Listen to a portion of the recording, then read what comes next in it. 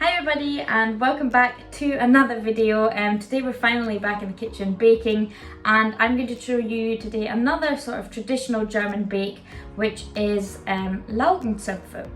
So in Germany, Laugengebäck is a big thing, so that and the most popular one that you will probably know is the German pretzel, or Brezel as it should be pronounced correctly. And Laugengebäck basically refers to all baked goods that are made with this dough and then following the method of boiling it in alkali water before baking it, which gives it that lovely brown sort of colour and slight chewiness on the outside, like you would have typically from a Brezel or pretzel. But today we are going to make Laugenzöpfe, so we are going to make Laugenplatt. So instead of having the typical pretzel shape, we are going to plait them. And this sort of baked good, like I said, in Germany, you get it in all different shapes. So you get the pretzel, you get the plaited ones we're doing today. You can also get a knotted version, which is then a Laugenzopf. You can get just like a stick version, which they call the Laugenstange. So there's all kinds of different ways you can shape this dough. But today we are going to make Laugenzöpfe because they are my absolute favourite. So what you will need for today's recipe, so first of all you'll need 500 grams of plain flour. I have already weighed this into the bowl of my stand mixer, which I will use for kneading the dough later, but of course if you don't have one, just use a normal bowl. And then we will also need fresh yeast. So in Germany, fresh yeast is a big thing. That's why I'm using it today. It's more traditional to bake with fresh yeast. You don't get it everywhere in all countries, unfortunately. Here it's not very easy to buy, but I find going to the supermarket and just asking the in-store bakery for some fresh yeast, sometimes they're able to give you some. So I often go to Morrison's and they give you 50 grams for 20p, so it's really cheap. And I think it works and tastes so much better than like the dried fast action yeast. But if you don't, if you're not able to buy fresh yeast, just use 7 grams of the dried fast action yeast rather than the 15 grams we will be using of the fresh yeast in the recipe today. So the first thing we want to do is sort of activate the yeast a little bit. So I have 350 milliliters of milk here that I have microwaved for about a minute until lukewarm. So you want to be able to put your finger into the milk without burning yourself, but it should still feel kind of warm, and that will be then the right temperature for the milk, for the yeast, sorry. So what we're going to do is we're going to crumble about 15 grams of this fresh yeast into the milk, and then add 1 teaspoon of caster sugar and then around 3 tablespoons roughly of the flour that you've already weighed out. And we're just going to add this all into the measuring jug, give it a quick mix around to make sure that there's no big lumps of flour, and now we're just going to set this aside for about 15 to 20 minutes to allow the yeast to sort of bubble up in the mixture. And now the next thing we're going to do is we're going to weigh out 50 grams of unsalted butter and just put it into a small microwave proof dish, and then we're going to melt it in the microwave and then set that aside so that it cools down a little bit again whilst the yeast is activating. Right, so now that the butter is melted, I'm just going to set that aside and leave that to cool whilst the yeast has its final 10 minutes. And in the meantime, I'm going to weigh 12 grams of sea salt in with the remaining flour. And then, yeah, in these 10 minutes, you can, tidy up and do your washing up. So after 15 minutes or 20 minutes, your yeast milk mix should look something like this. So you can really see it's all frothed up now and ready to go.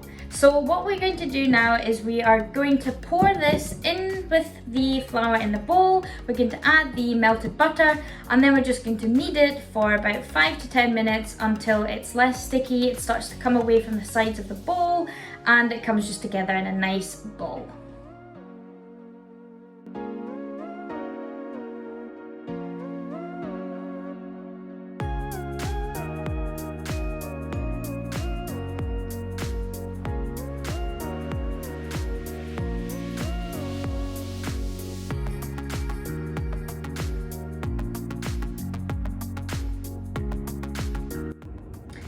So that's the dough we'll be kneading for about 5 to 10 minutes. It's nice and smooth and stretchy. It is a wee bit sticky, this dough, but that's okay. So I'm now just going to transfer this into a lightly oiled bowl. I've oiled this with a bit of sunflower oil, but you could also use vegetable oil or any other flavourless oil. And I'm just going to put this into the bowl, make sure that the top of the dough is covered with the oil as well, and then cover it with cling film. So this dough is now ready to prove. It should double in size in about an hour if you leave it at room temperature.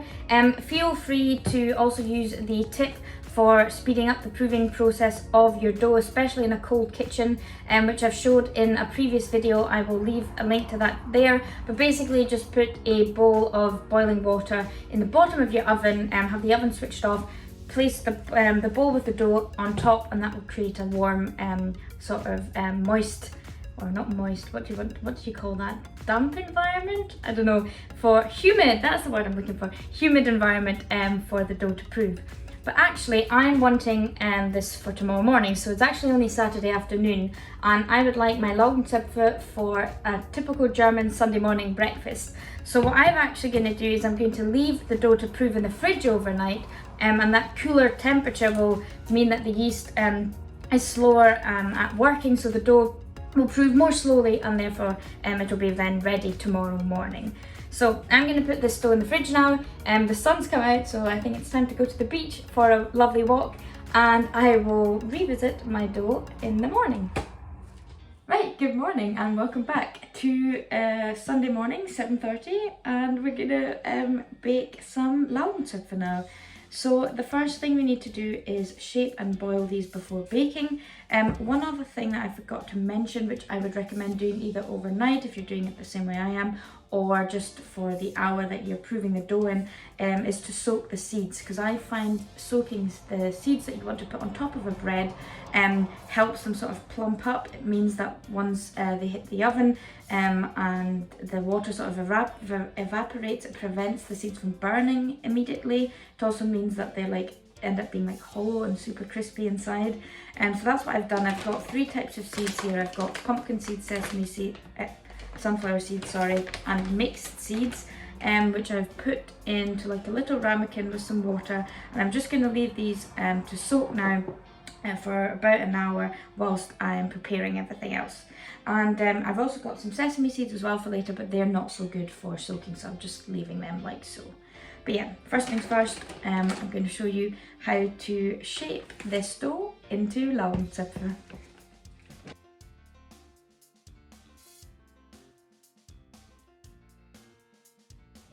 So the first thing I'm going to do is just transfer the dough to a lightly floured surface, and I'm now just going to use the tips of my finger to sort of knock out some of the air a little bit. So that's the first thing.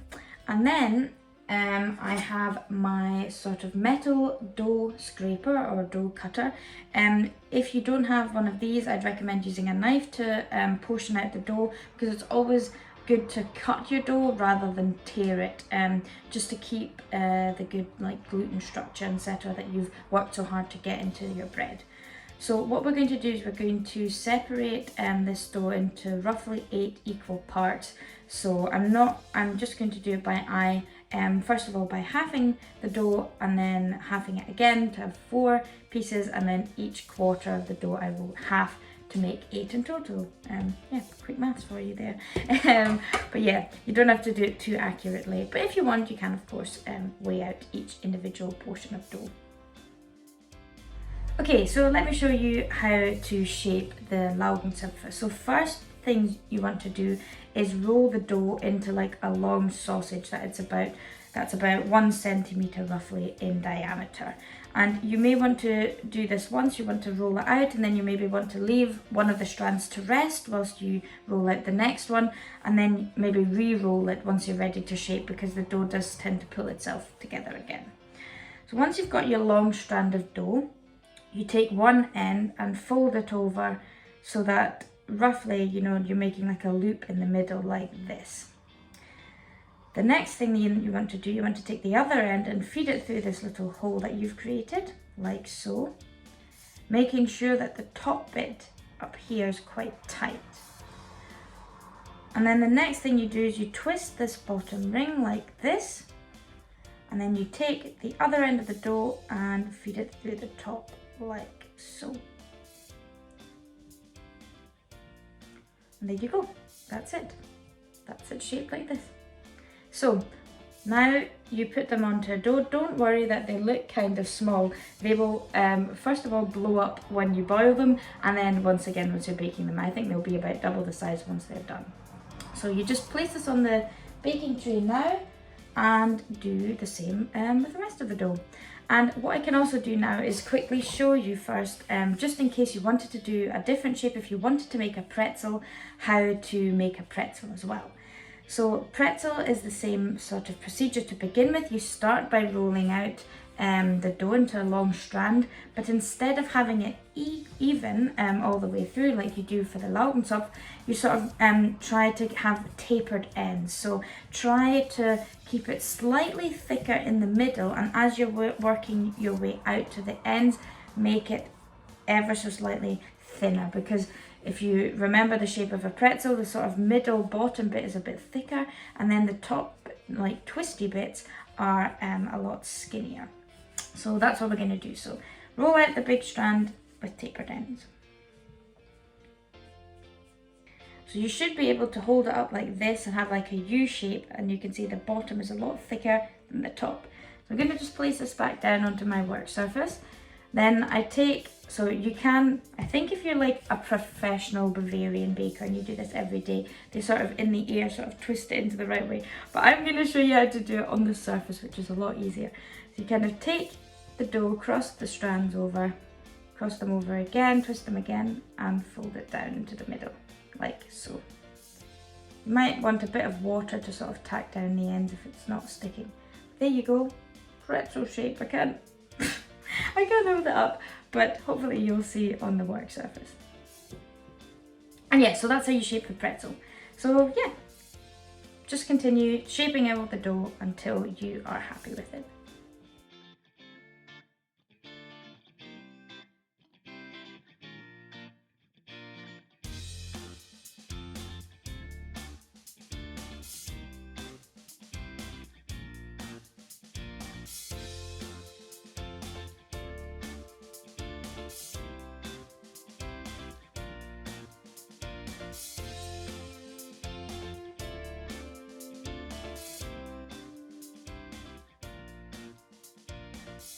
Okay, so when your Laugenzöpfe are shaped and ready to go, just put them on a baking tray. They can sort of prove now a wee bit whilst you prepare the next step. So the next step is boiling. So like bagels, Laugenzöpfe, Brezeln, everything are boiled before baking them. And they are boiled in an alkaline solution, which gives them that, so once they come out of that fluid, they'll have sort of blown up a bit. They'll have like a bit of a skin around them, and once that then hits the oven, the chemical reaction that then occurs makes this like brown topping. I've actually, if you are interested in the chemistry of it, I do have it on my, I think in my blog post about the Laugenbrezeln. There's something on the chemistry there, so you can have a closer look. But what I've got here then is 50 grams of bicarbonate of soda. You want about 50 grams for a litre of water roughly. A bit less, a bit more, depending on how big your pot is as well. So what you want to do is you want to bring a pot to the boil with boiling water, then add the bicarbonate of soda. And here I just want to stress, be really careful when you do this, because the water will sort of foam up once you add the bicarbonate. So make sure the pot is not completely full with water and that there's a bit of space for the water to go before adding the bicarbonate. So yeah, please be very careful doing this. And once you've done that, you can add 1 or 2 of the Laugenzöpfe, depending on how big your pot is, and bearing in mind that they will blow up with the cooking time. Add them for about 30 seconds on one side, flip them for another 30 seconds on the other side, and then just lift them out using a slotted spoon or a fish slicer or something, and place them back onto your prepared baking trays. And then what you want to do is immediately after you're done, sprinkle, whilst the next one's boiling, sprinkle over the seeds. So take some of your soaked seeds, put them over, use either, like I'm using pumpkin seeds, sunflower seeds, I've got some sesame seeds which I haven't soaked, and also some flaked sea salt as well. All these make great toppings for Laugenzöpfe. So yeah, you just want to do that until every single Laugenzöpfe is boiled. And then what you can already do is preheat the oven to 200 degrees for baking them afterwards. And there you go, really. So that is the Laugenzöpfe boiled and covered in seeds. You will find that maybe it's a bit stressful, kind of the sort of thing you've got going, 30 seconds in there, out, 30 seconds, and doing it all in between. You might want to take it a bit more slowly the first time you're making them. Maybe boil one at a time, take it out, add the seeds, do the next one. It'll just take you a little bit longer to do. I've just done this so many times that I can do it quite quickly and have a good workflow going, but first time you try it, maybe go a bit slowly.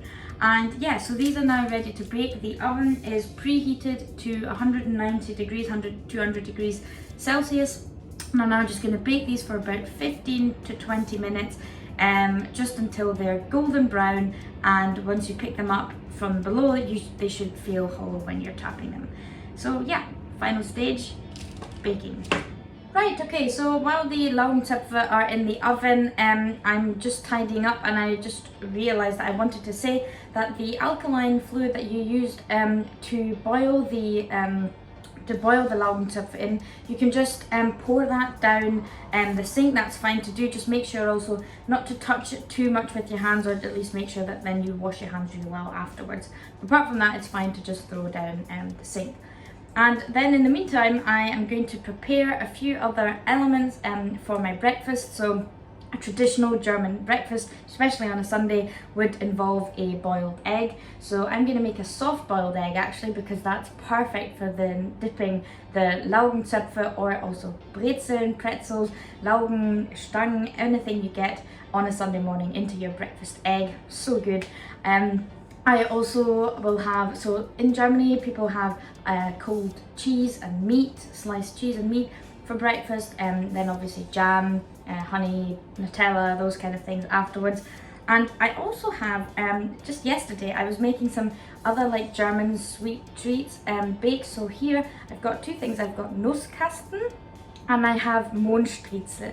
So Nusskasten is, it basically translates to nut box. It's like almost like a babka. It's like enriched dough filled with like a hazelnut and chocolatey filling, and this is probably one of my favorite things ever. This is a Mondstriezel. This is poppy, like a poppy seed roll, so it has like a poppy seed and marzipan actually filling. You don't taste the marzipan really though, it just like adds just, I don't know what, but it's so good. And it has like a crumble topping as well, and these are really traditional for Germany, maybe more like in the afternoon, but you can also have them for breakfast. I've got a little bit of that as well. The recipes for both Nusskasten and Mondstriezel are on my blog as well, and I'd really recommend you try them out, especially the Mondstriezel, probably one of my favourite recipes on my blog. So yes, I'm going to prepare that, boil an egg, and then get ready for my breakfast, which I am so excited for.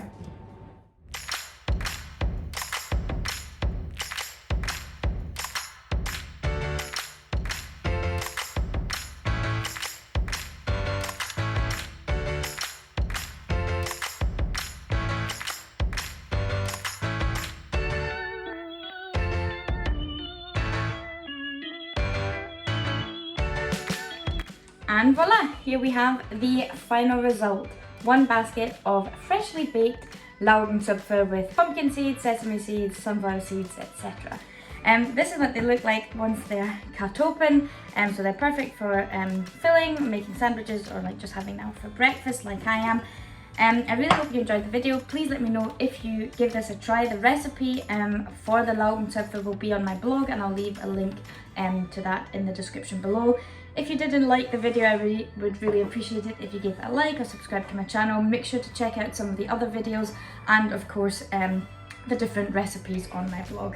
But yeah, until then, I'll see you next time. Bye!